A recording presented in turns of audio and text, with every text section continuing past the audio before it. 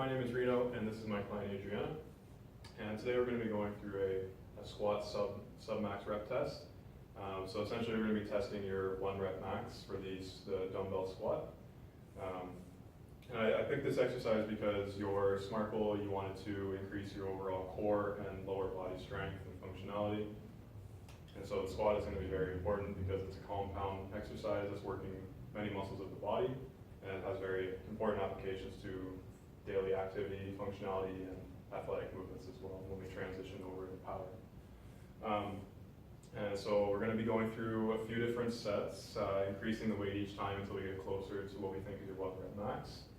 And I'm just going to start this off by demonstrating the exercise, showing you the form, and then once you perform it, I will just cue any issues with your form, just make any corrections that are necessary. And yeah, we'll just go until you reach that concentric failure, which just means that you can't really lift the weight or perform the technique properly anymore, okay?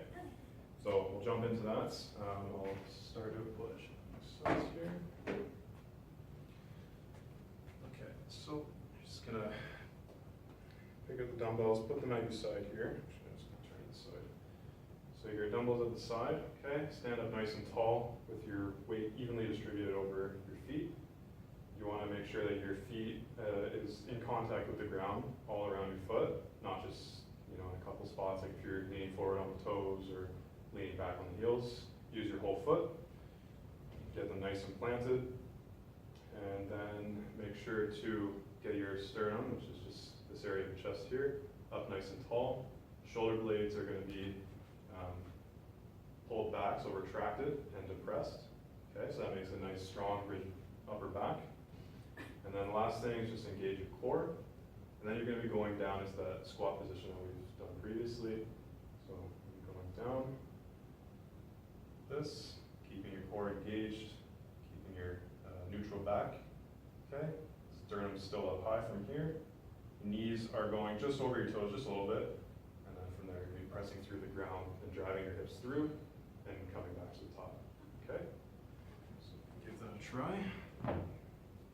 So for this first set, since we're just going to have you start warming up and getting a feel for the weight and the form, we'll be going through, we'll do 6 repetitions, and then from there we'll go into the 1 repetition trials, okay? Okay.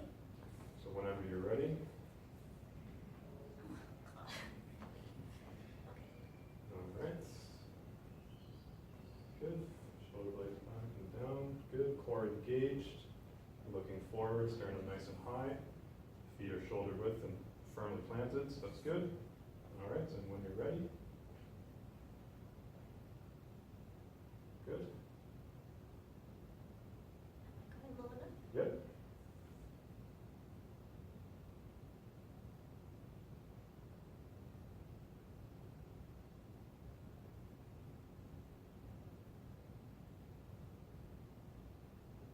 Perfect. Yep. Great. So now we'll increase the weight a little bit. So did you find that was a little bit heavy, 10 pounds, or? Slightly, but not too bad. Okay, so we'll move it up to, okay, so we finished your first trial, 6 reps with 10 pounds. Now we're going to be doing just 1 rep here with the 15 pounds in each hand, okay? So now you get into your form there, so feet shoulder width apart, good. Standing up tall, weights evenly distributed, shoulder blades back and down, core engaged. Okay, when you're ready. Good. How'd that feel? I think it's mostly just heavy on my arms, but Okay. the squat felt good. All right, good. So put those down, get those out of the way, and we'll increase it up to 20 pounds. Okay, so we did a couple-minute break. Now we're going to be doing 20 pounds in each hand for, again, just 1 rep. Okay, getting you closer to that 1 rep max. Okay, so feet shoulder width apart, firmly planted. Good. Yep, you know what you're doing now. Good job. So whenever you're ready. Good. So definitely more of a challenge. All right, but still not really any signs of concentric failure, no breakdown in your form. So still doable. all right, so put those to the ground. Good. All right, so we'll go up to 25. Actually, we'll make a jump up to 30 because you are performing it really well, and we do want to get to that point where we see the concentric failure and see if it is truly a 1 rep max. Okay, so we'll move up to 30 next. Okay, so we took a couple minutes of a break, so now we're going to be moving on to what I believe should be very close to your 1 rep max. So we have 30-pound dumbbells now in each hand, and again, you're going to be just performing 1 rep, okay? So whenever you're ready, get into your stance there and pick them up. All right, press through the ground. Oh my god. Ready? All right, whenever you're ready.